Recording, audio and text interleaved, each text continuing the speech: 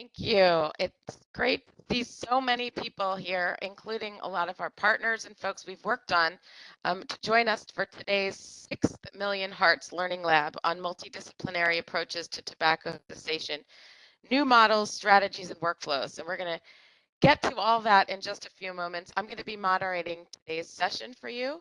I'm very excited about it. Next slide, please. And to see so many people who might be joining us for the first time for one of our Million Hearts Learning Lab. Just a little bit about the format if this is your first time.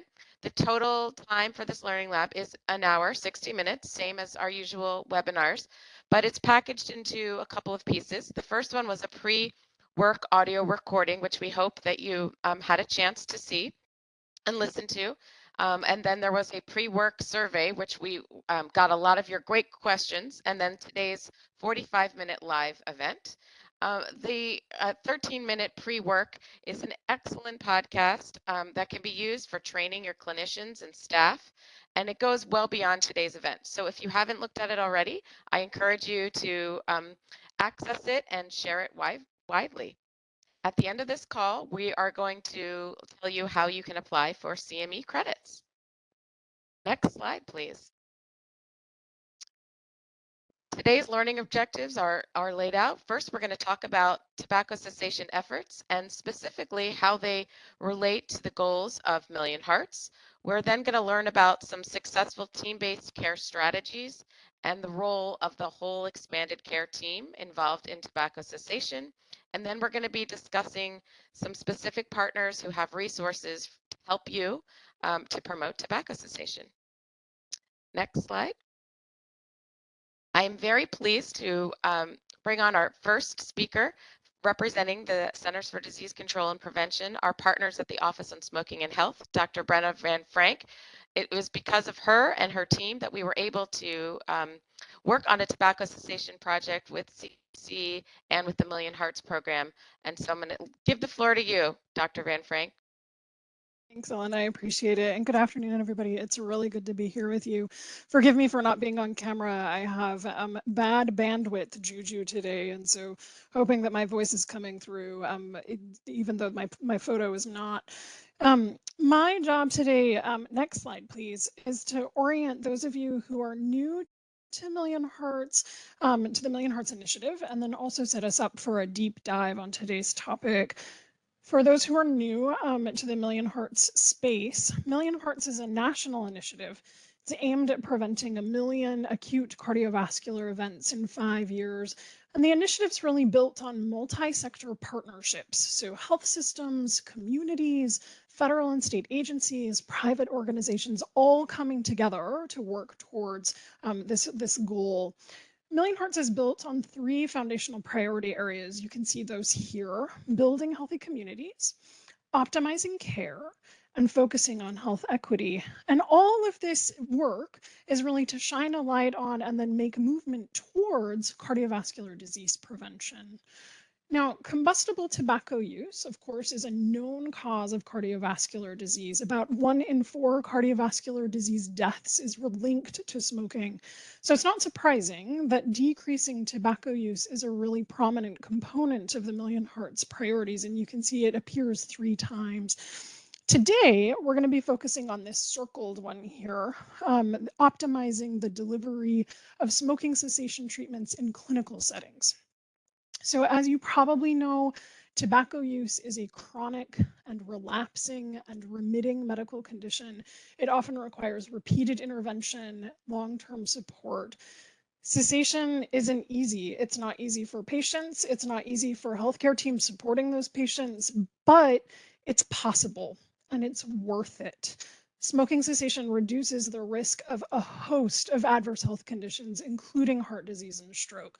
So recognizing that, Million Hearts has a number of tools to help healthcare settings and clinicians in this work. Next slide.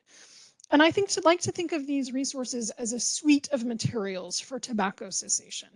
So the first 2, the protocol, which is on the far left, and the clinical action guide, which is in the middle, are guides on how to treat tobacco use and dependence. So these are your clinical guides. The third, the change package, is really a guide on operationalizing that care. So, how to integrate treatment into routine clinical care, really using quality improvement strategies. Used together, these three resources can really guide you on advancing the reach and the effectiveness of tobacco cessation interventions. And I'd encourage you to take a look at them. You can find them on the Million Hearts website that's listed here, but you can also find them on the CDC Tobacco Healthcare Provider page, which has not only these tools, but also a variety of other tools that can be helpful to you. And that website is cdc.gov/tobaccohcp. I'll stick it in the chat for you. Again, you can find these tools along with a variety of other things there. And with that, I'm going to hand it back to Ellen to keep us going. Thank you. We do encourage you to use these suite of materials, and later on during the Q&A, we'll put some other resources that we use. But again, thank you to CDC for allowing us to work with some pilot states and pilot the use of this tobacco cessation change package. Next slide, please. I'm now going to turn it over to two superb faculty for today's session that we're going to be hearing from. Dr. Dawn Weaver, who is Senior Advisor Clinical Workforce at NAC, who is heavily involved in our pilot program that I was talking about with the folks at CDC, and Rachel Barhorst, Pharmacist at Family Health Services of Darke County.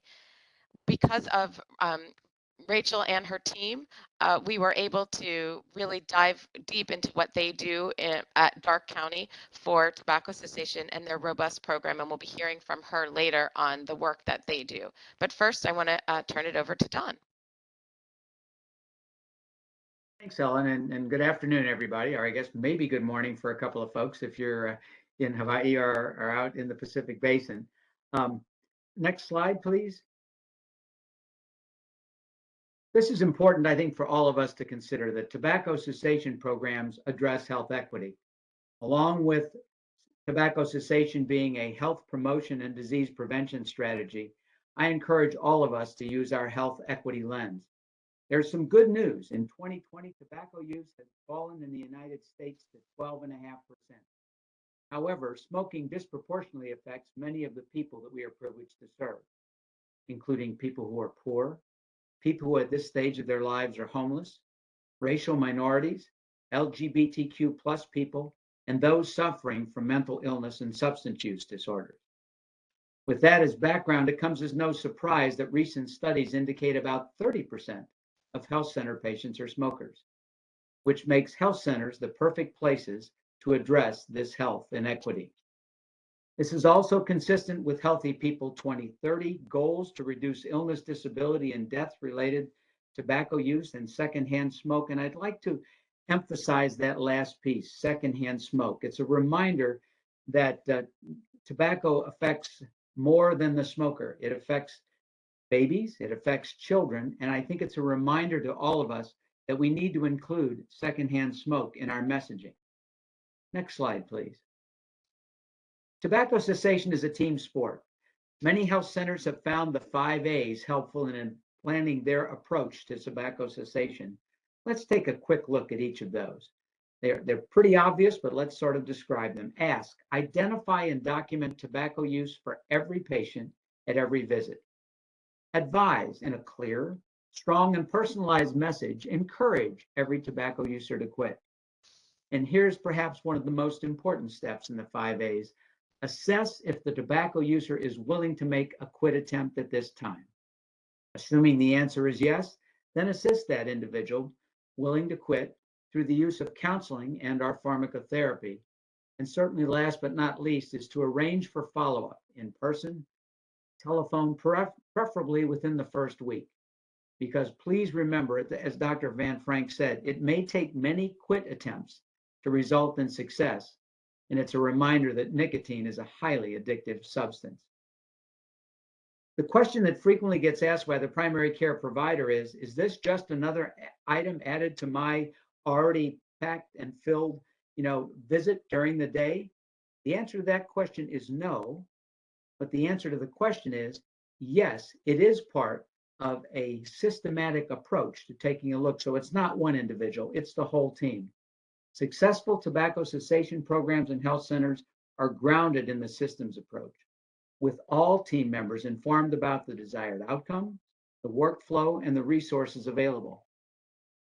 It can involve a variety of healthcare team members. We encourage you to have a checklist of all staff to determine who could be involved with your health center's tobacco cessation efforts.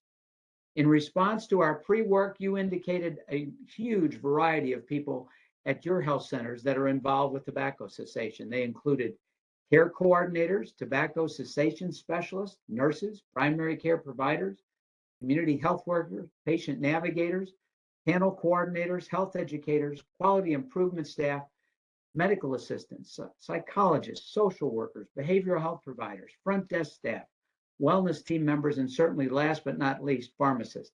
I chose to use pharmacists last because I have the privilege of, again, introducing you to Dr. Rachel Barhurst at PharmD, who will talk to us about a successful program at Family Health Services of Darke County, which was one of our pilot sites.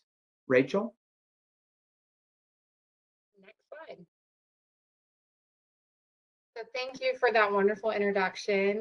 So you can kind of better understand what Family Health Services is. I'm going to give you just a brief overview. So we are a federally qualified health center located in a very rural area. We have one main location in Greenville, Ohio, and then 4 child sites in neighboring villages. So think about a building with cornfields on 4 sides, a lot of farmers, a lot of exposure to tobacco, and a lot of patients who have been smoking from a very young age. So we have approximately 27,000 patients, 40 providers, and our mission is and always will be building healthy lives together. Next slide.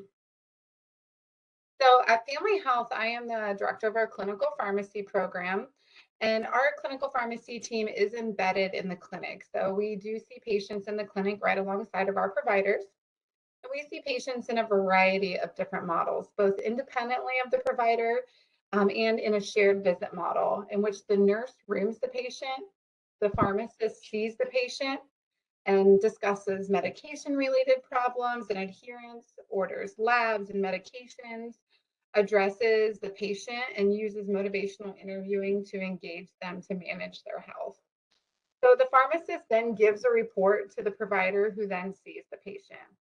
All the documentation is done in the same visit note in the EMR, and these appointments are utilized for a variety of disease states, including tobacco cessation.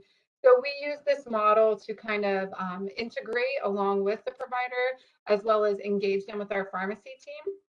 And this allows us to use a collaborative practice agreement. Our pharmacists do rotate through all of our clinic sites. Next slide. So to improve our outreach to patients, we started a smoking cessation clinic. And this clinic was a pharmacy resident patient care project in which a pharmacist and a nurse trained in tobacco cessation were available in our conference room for 2 hours in an afternoon, one day each week, in which patients could walk in and see them free of charge. So it was a free of charge visit. And it was a mini visit in which the pharmacist could prescribe medications using our collaborative practice agreement, as well as give the patient a starter pack of medications, as well as some in-depth counseling. So we advertised for this clinic in the clinic, as well as our dental department and our medication assisted treatment program. Unfortunately, after 3 months, no patients attended this clinic and therefore was discontinued. But this clinic was a perfect example of collaboration, but also it was an idea that we thought was fantastic, but didn't meet our patients' needs. So that becomes important when you're looking at a program. Next slide. So tobacco cessation is a group effort, like it was mentioned earlier. When I was working on revamping our tobacco cessation program, the very first step was talking to our employees about what their barriers were with our current procedure. Not only did I talk to coworkers, but I also talked to our patients. We have a patient-centered medical home committee that contains patients. They sit on our committee. So I engaged them. What sort of things were they looking at in a tobacco cessation program? What kind of services did they want us to provide? And how did they feel like we could best motivate them? This gave us direction on where to take our program and gave us some tangible targets. I'm not a tobacco user, so engaging patients who had been tobacco users or were active tobacco users really provided me with some valuable insight. We developed trainings for our staff over the lunch hour.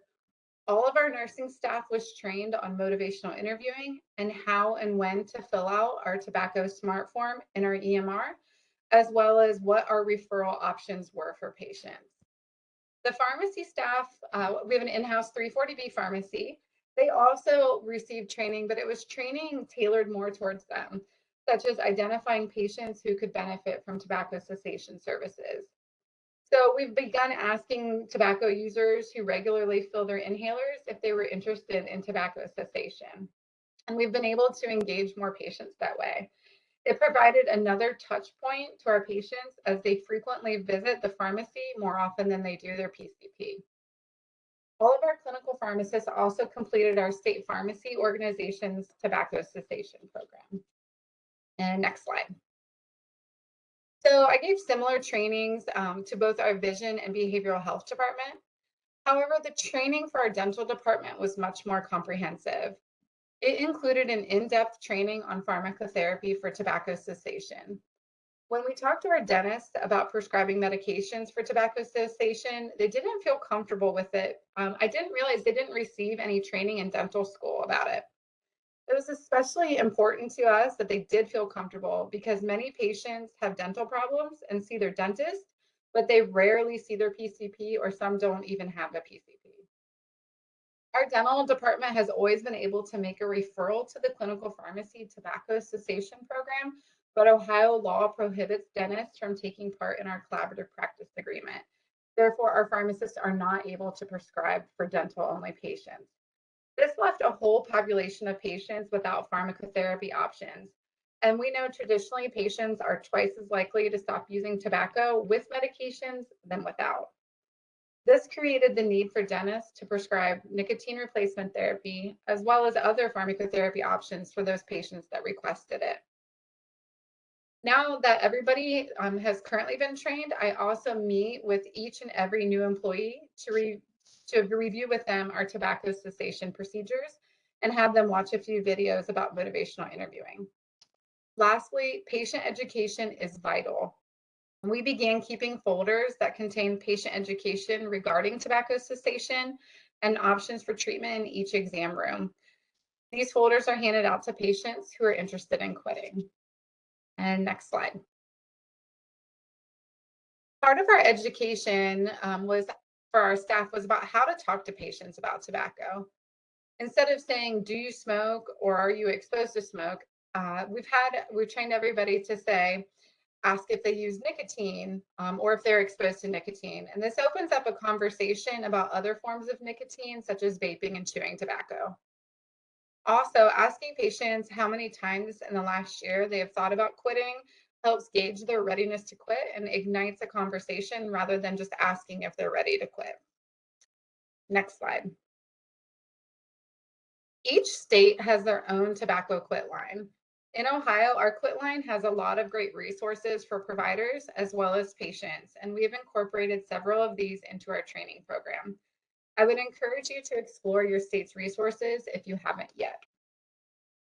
Next slide. So our referral options at Family Health Services are in-house clinical pharmacy appointment or to use our state's tobacco quit line. So if the patient is identified as wanting to stop using tobacco, they're always asked if they would prefer one-on-one phone calls or appointments, or if they would prefer to be referred to the quit line or both. So our quit line will always call them the next day. If they are referred to the clinical pharmacy program, we have a technician who will call them to schedule either an in-person or a phone appointment. The patient then has an appointment with the pharmacist who prescribes medications in accordance with our collaborative practice agreement, if that is what the patient has chosen as their therapy. The visit notes are then forwarded to the provider, and the pharmacist follows the patient for as long as the patient desires. If a referral is made to the quit line, we always let the patient know that someone will be calling them the next day, and we are integrated with our quit line so we can actually make a referral electronically in our EMR. Next slide. So when revamping a program or starting a new one, it can be very overwhelming. I would start by looking at where your deficiencies are. How are your tobacco screenings? How is your patient engagement? What are you doing currently, and is it meeting your patient's needs? Make sure you educate all staff. We initially forgot about our vision department and didn't realize that this was actually very applicable to them as well, because they were filling out the tobacco smart form with all of their vision appointments. Also, continue to educate, give presentations at provider meetings, start conversations with those who may be struggling a little bit and ask them what their needs are, where they feel like, why they feel like they're struggling. Also, we created a template in our EMR. This makes things quicker and more consistent and therefore used more often. Lastly, look at areas where you can make a big impact. What are your patients looking for, and what can you do to keep them more engaged? We have started sending them encouraging cards and making phone calls for encouragement to continue our patient engagement. And next slide. And this slide just contains my contact information, so feel free to contact me with any questions. Thank you so much, Rachel. I know that what Family Health is doing is because of your leadership, and we appreciate that. And I know that there's going to be questions in the chat specifically about the wonderful model that you're using in tobacco cessation programs. Especially you mentioned about, and Don mentioned this earlier, the whole team effort. That's the theme, the takeaway of the team effort, and including vision and dental being very important. I wanted to ask you all some questions that came up in the pre-work. We got a bunch of questions ahead of time. I see other people, and please continue to put them in the chat because we'll be able to get to them. Or if we don't have time during this session, we'll follow up, because I know a lot of people want to pick your brain, Rachel, and find out what you're doing. But and so I want to kind of first start with that. One of your slides said, what do you do first? And so I want to ask, for the folks who might be a little bit nervous about starting, how do you build and implement a health center-wide strategy for tobacco cessation? What's the first thing that you do? Well, I touched on it briefly during the presentation, but I think to start, you need to look at where your weaknesses are. So for us, it was filling out the tobacco smart form. The nursing staff felt overwhelmed with having to fill out yet another form. And additionally, when they did fill out the form, the patient stated they were ready to stop using tobacco. Our providers felt that they didn't have a good treatment option for the patient. So tobacco cessation counseling takes a lot of time and frequent touch points. And we took this feedback and formed our program with it in mind. We also created a template in our electronic medical record that made documentation tremendously quicker. To complement this template, we created a tobacco cessation order set in our EMR. This order set was built into the EMR and contains the most commonly prescribed medications, patient education, provider education, pertinent labs that need to be ordered, and referrals, so that our providers can just click everything they want to order all on one screen. Anything you can do to make the process more efficient means that it's more likely to be completed. Don, what kind of advice do you have for everyone? Well, Rachel, I'll state one of the obvious ones because you fulfill that role. I think one of the beginning steps is finding a champion, and clearly you're a champion for this topic at your health center. It also sounds like, and we've heard this from other places, it's making sure that there's a buy-in by everyone, including the board and the staff and the C-suite, so people know that this is an important issue that you're addressing. And gee, you summarized much better than I all of the ways of finding out where the glitches are in the process and then addressing that, because it really gets back to the question of, is this something that I need to do? And it's not an I question. It's no, it's something we need to do for our patients. And how do we all get involved in doing it? And I think you all have an amazing model out there. Buy-in is so important. I think what we did is we took our numbers and put them together, and what % of our population was actually a tobacco user, and it was astounding. And I think that was really helpful to get buy-in from the whole clinic.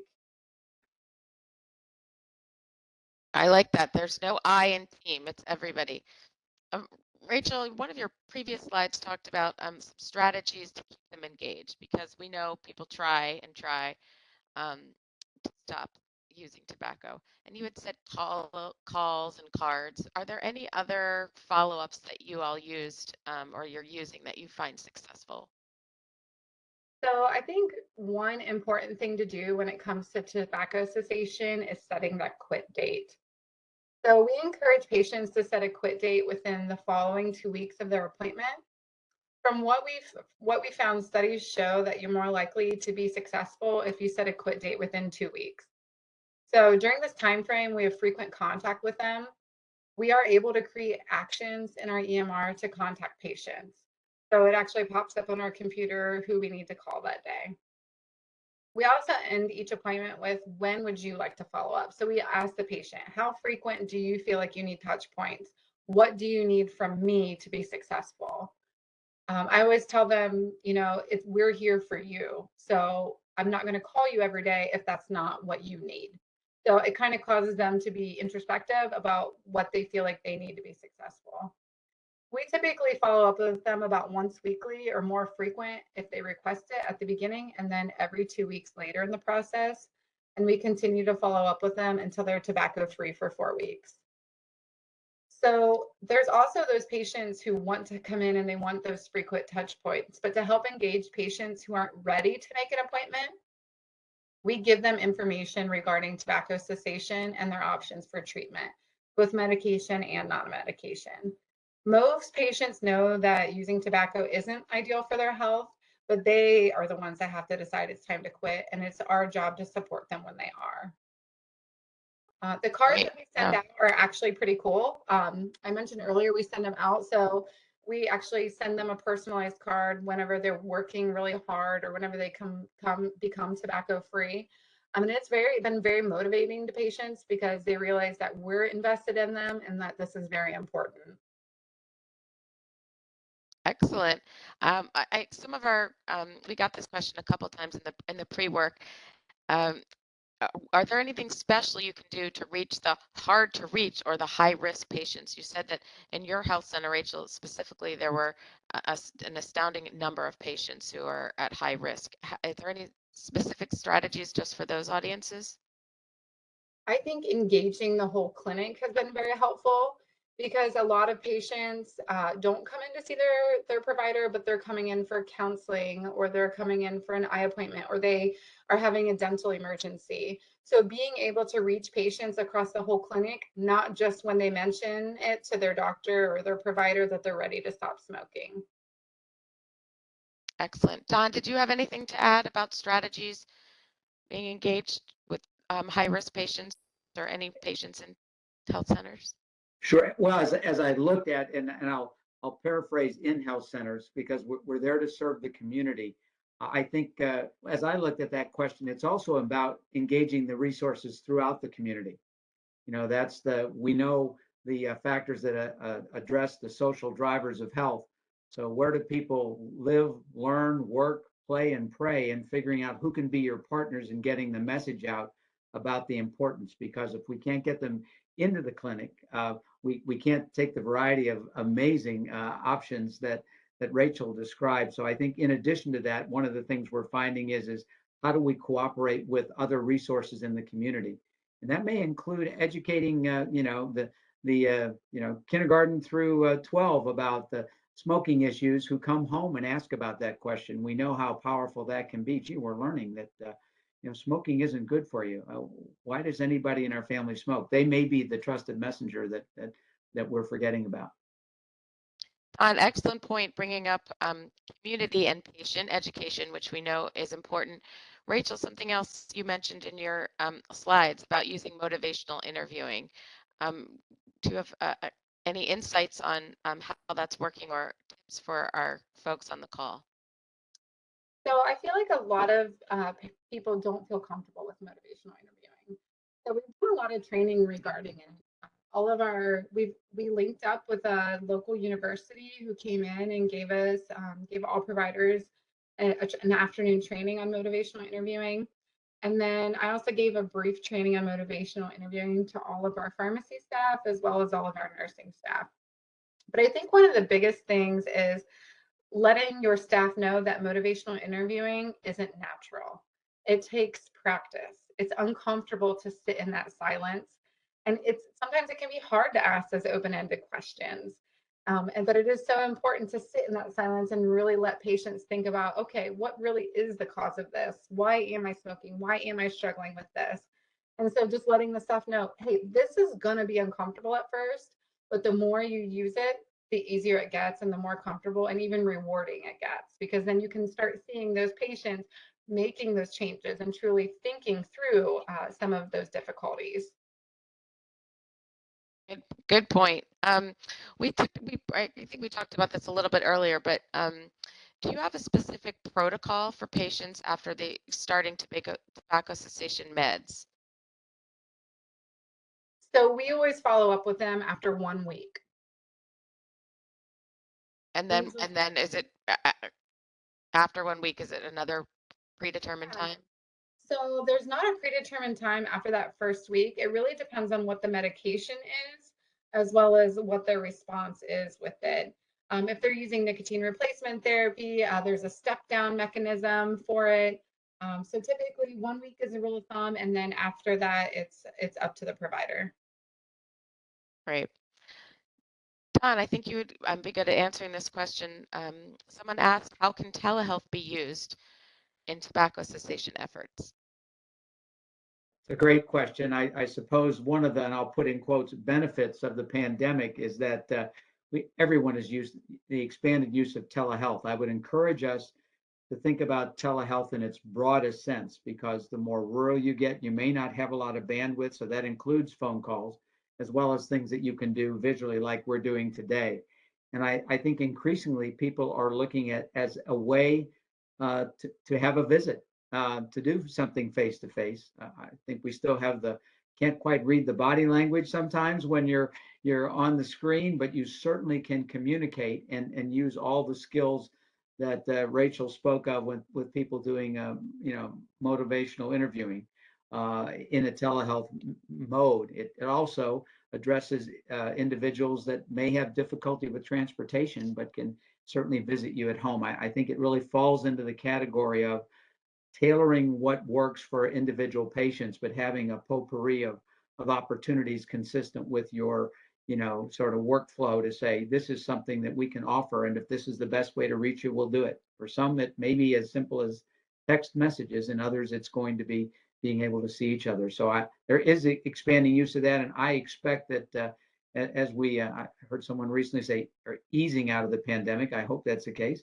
We're going to learn that this is a very effective way of expanding our, not only for smoking cessation, but other ways to reach our patients. Terrific. There's been some Q&As during the webinar that I was hoping we could have a couple minutes to get to. Rachel in particular, folks really want to know and get examples of templates that you use, because, what is it? Flattery is the best kind of, what is it, imitation, or what's that? There's something about basically they want your good stuff. Right. Are you able to share those templates that you have, or examples of things that you use? And if so, we can follow up in our post Learning Lab email and to send it out to folks. Yeah, so the template we use in our EMR just contains different screenings and different things that they can do to stop smoking. I can share some of those phrases, absolutely. And I saw there was a couple of questions about the card we sent out. We just bought it online. It has a picture of beautiful lungs on it, and it says, "Your lungs are looking so beautiful. We're so proud of you." Oh, great.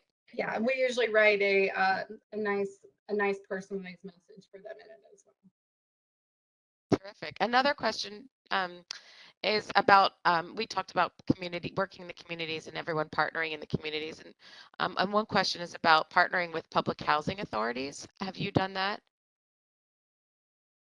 So if you remember, I said we were surrounded on 3 sides by cornfields. I live in a very rural area. We don't have a lot of public housing, but we do have some.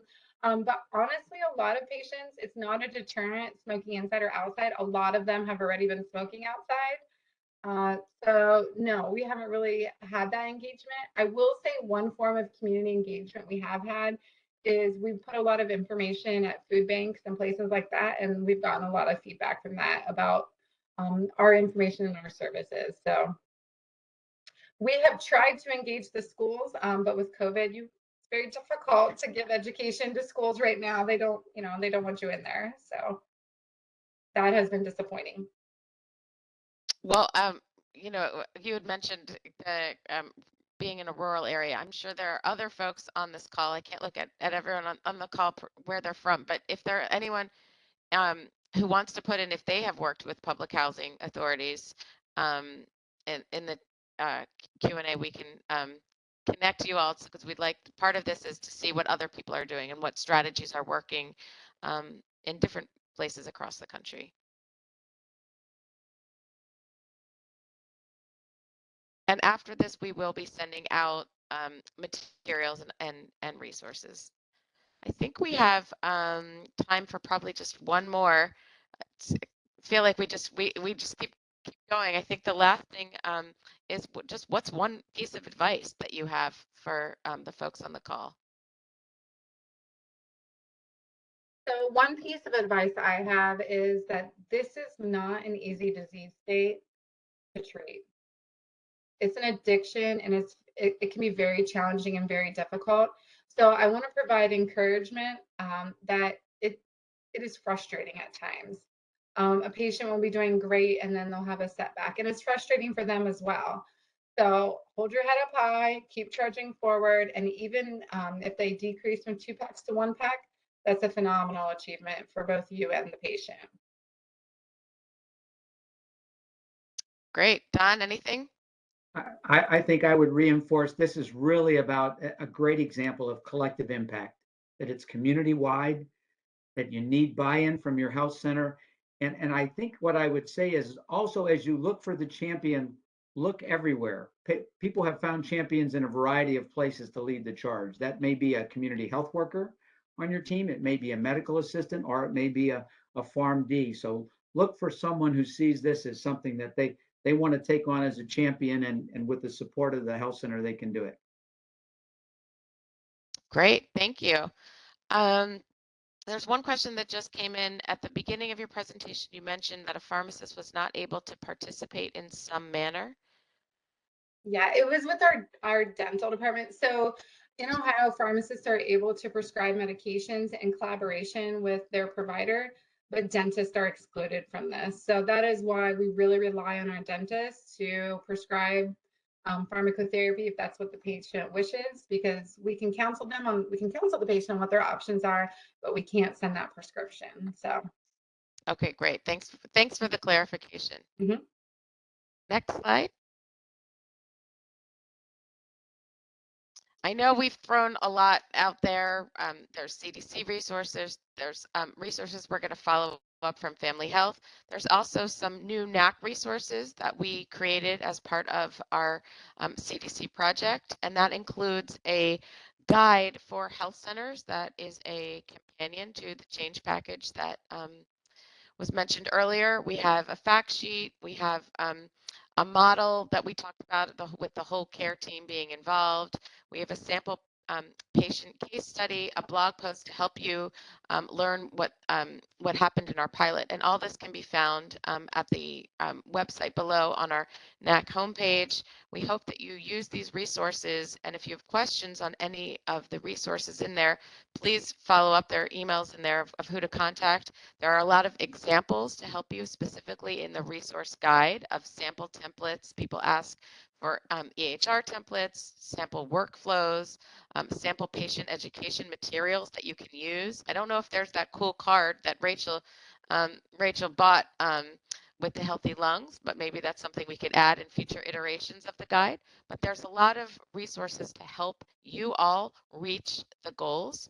And we'd love to hear from you in the future of what's working. And if there are other strategies that we can send out to the field, we'd love to know what's working and what's not working. We appreciate Rachel's acknowledgement that sometimes you plan, you market, you do everything for something, but it's just the patients, that's not what they're interested in doing. So we appreciate learning what's worked and what hasn't worked.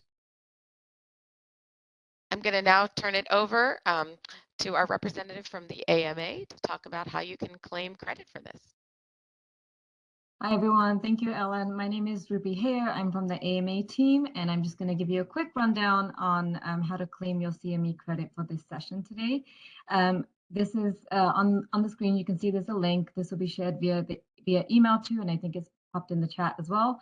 So once you click on this link, they'll ask you to sign in to the AMA EdHub. If you have an account, you'll just have to sign in, but if you don't, they'll ask you to create an account. And there'll be a button that says start. You'll be asked for a session activity code. And for this session, it is Cessation, so Cessation. And you'll kind of follow through the instructions to complete the quiz and claim credit. The deadline to claim credit is August 31st, so please take a note of that date. And again, you'll receive an email with all this information as well. After August 31st, the quiz will close and you won't be able to claim your credit. So please make sure you do before August 31st. And next slide. And then you'll also, once you've kind of claimed your credit, you'll be able to download your certificate accordingly and take it from there. And then I think we have one last slide. And this is just a friendly reminder about our next event. We're pleased to continue the Learning Lab series into the fall. So our next event is on September 28th. More details to come regarding registration, but this will focus on intensifying treatment for hypertension control using combination therapy, and that'll feature Dr. Mike Breakouts and Dr. Neha Sachdev. Looking forward to seeing you all there, and thank you again for attending today.